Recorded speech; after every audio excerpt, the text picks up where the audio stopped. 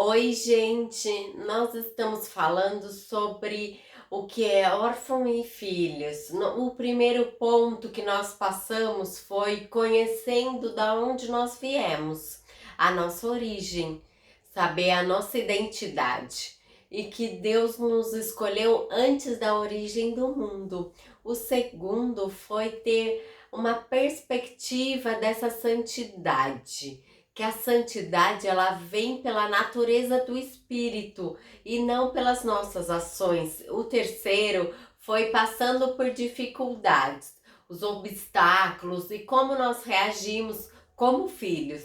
O quarto foi falar sobre planejamento do futuro, aonde nós temos que lançar fora os nossos medos e abraçar as oportunidades de conquistar o nosso objetivo.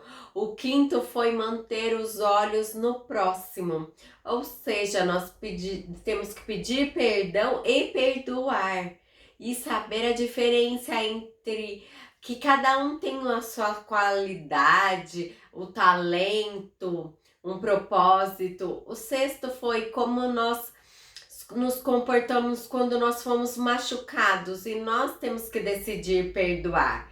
E hoje nós vamos falar do sétimo, do oitavo e do nono. E o órfão ele serve para ser aprovado ou aceito na sociedade, ou por um líder ou por alguém. Nele nós encontramos uma carência por ter essa, ele tem essa necessidade de ser aprovado.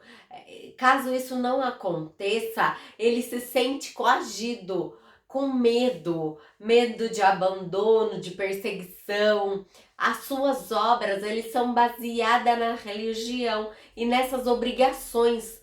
Por isso não é sustentável. Por outro lado, Jesus, ele trabalhava por prazer, porque ele acompanhava os passos do nosso Pai. Em João 5, do 16 ao 17, fala assim: e os judeus perseguiam Jesus, porque ele fazia estas coisas no sábado. Mas ele lhe disse: Pai, o Pai trabalha até agora e eu também trabalho. Se nós queremos adotar, fazer com o que o nosso mestre fez, com o que Jesus fez, nosso irmão mais velho, ele serviu por onde ele passou. Nós devemos trabalhar aonde nós passamos, servir aonde nós passamos, em qualquer esfera. Isso vai tornar leve. Mesmo que alguns dias nós ficamos cansados, nós podemos simplesmente confiar que o amor de Deus, nosso Pai, por um propósito bem maior, ele é compartilhado em nossos corações e nos fortalece a cada dia mais. Então o filho, ele vai ter prazer em servir os outros, para não para a glória, mas sim para o reino e demonstrar este amor de Deus. O oitavo fala sobre o comportamento, como nós somos confrontados. Em Hebreus 12, do 5 ao 6, fala assim: que está esquecido da exortação, que como a filho discorre convosco. Filho meu, não menospreze a correção que vem do Senhor, e nem desmaiei quando por ele é reprovado. Porque o Senhor corrige a quem ele o ama, e açoita todos os filhos a quem recebe. Nós compreendemos assim a paternidade de Deus, a qual ele ensina que nós somos amados quando nós somos disciplinados. Então Deus nos disciplina por amor. Já o órfão, ele não assume seus erros, já que ele vive uma constante acusação e medo de ser rejeitado. Ele culpa a Deus e toda a sua vida. Adão e Eva, ele fez isso no Éden. Em Gênesis, então disse assim o homem: a mulher que me destes para ser minha companheira me deu a fruta e eu comi. Então Deus perguntou à mulher: por que fez isto? E a mulher respondeu: a cobra me enganou e eu comi. Ou seja, ninguém assumiu a responsabilidade, um foi jogando contra o outro. Contudo, o filho, ele não tem problema com rejeição, porque ele sabe que mesmo diante da falha, nunca vai ser abandonado pelo pai. Pelo contrário, ele confia que ele vai ajudar e vai levantar e vai vencer nas suas fraquezas. Agora, o outro ponto é a aproximação do santo lugar.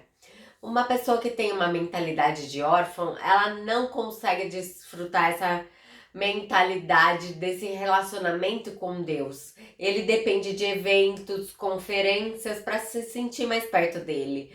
Por conta disso, a vida estrutural dela é instável. Ela oscila entre momentos bons e momentos ruins.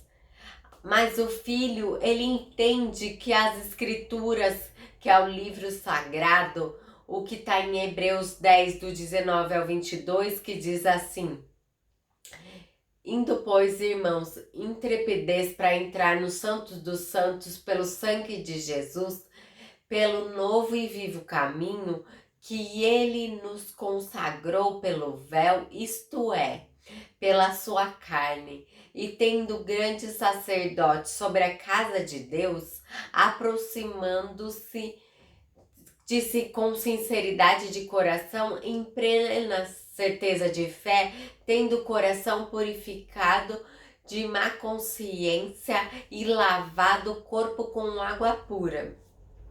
Ao entender que o véu foi rasgado, o sangue de Jesus ele foi derramado e o que separava nós de Deus era o véu.